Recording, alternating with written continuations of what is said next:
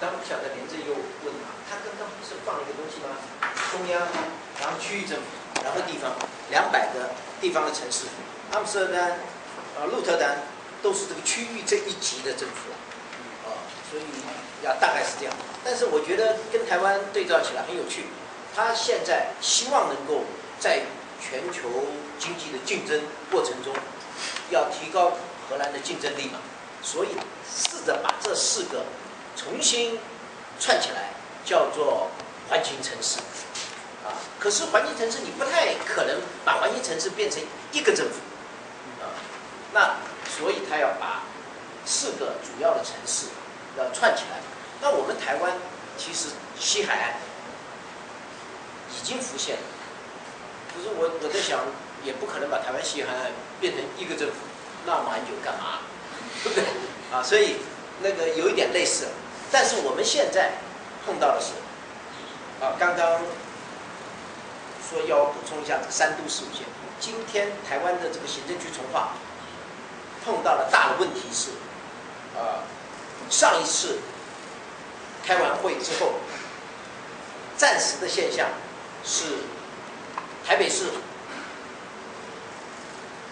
新北市就台北县了，然后台中县市然后这个叫做台中市，然后台南市就是台南县市，然后高雄市、高雄县市，现在是这5个。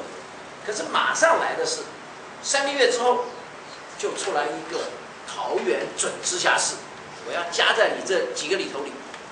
那这个时候其实马上就来了，但是我现在完全看不到我们政府要预做准备，因为他根据法律，他现在197万人，再3万人，我就是准直辖市了。那你这个时候，我偷偷看到的内政部的那个3都事务线是希望他来把这个桃园、新竹县市桃竹苗把它搞成一块。但是假如那个时候和那个桃园说我要跟台北搞在一起怎么办呢？现在没有人知道。所以这第一个问题。第二个是台北县现在叫新北市，它显然就是冲着你台北市嘛，所以我取名字都叫新北市。可是大家都知道非合并不可而且你合并的时候一定要把基隆也不能忘了它。那你现在怎么办？但是我看到政府的图是把宜兰都已经拉进来，北基、宜兰，但是到底跟这个桃园的关系如何，现在不知道。反正3个月以后一定吵一架再来，即使这些都没问题，剩下来的县怎么办？我举个例子，我们现在基金会在帮忙做的苏治芬的云林县，云林县它如此偏远，农业为主，它怎么办呢？荷兰的经验，荷兰一直有一个 Green Hub 那个农业区那荷兰怎么对待那 Green Hub？ 日本怎么对待北海道？这个是苏治芬问的问题。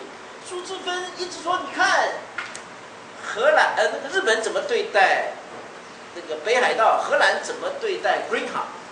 那我们云林呢？我觉得不是完全没有关系。我们的政府怎么对待这个农业区？农业区域他们是比较弱势嘛。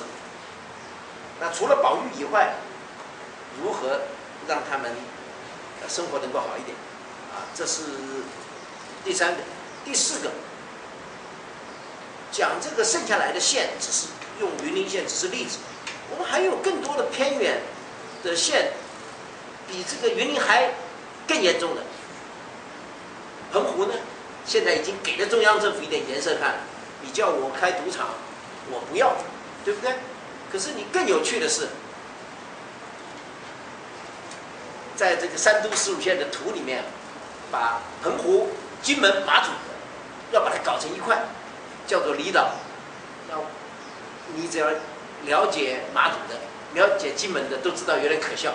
请问这3个怎么连在一块？你只有在地图上把它画在一起，那好大，还有很大的海域了，讲的话都互相听不懂的，而且他们都彼此没有交通工具的。都要飞到台北来，再飞到澎湖、马公区，再飞到金门去，这有点可笑的啊。好，这个都是边远地区，还有一块原住民自治区。我们的汉人老觉得这个原住民你有什么资格自治啊？那你看看为什么中国大陆人家可以自治，我们台湾为什么不能自治？我们这个汉族沙文主义是非常强的。上一次升格的时候，原住民一直问说：“哎，我们呢？我们呢？”没有，我们中央政府对汉人没想过这问题。还有问题，那这个，假如这个区域这一级政府，因为全球经济竞争，其实就是看区域这级的政府了，全世界都在伤脑筋。但是剩下来的乡镇呢，台湾的乡镇其实是空洞化啊，以及黑道啊等等，很严重了。剩下来的乡镇怎么样子重新组织？人家有200个城市，那我们呢？哦，那剩下来的这个乡镇长适不适合真像我们的某些政治人物讲的，既然都是黑道那么多，我们干脆官派好了。官派马上就跟荷兰情形一样，就变得很懒。我在下面这一集能够做的事情也不多，其实并不是答案。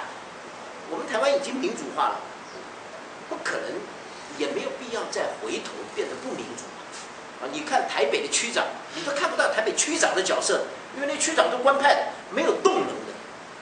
但是是选出来的那可不一样。那乡镇长，你不要看着他很凶悍，你就说他是黑道，这是两回事。所以像这些问题，我觉得对照荷兰，其实我们台湾很多事情是值得我们思考的。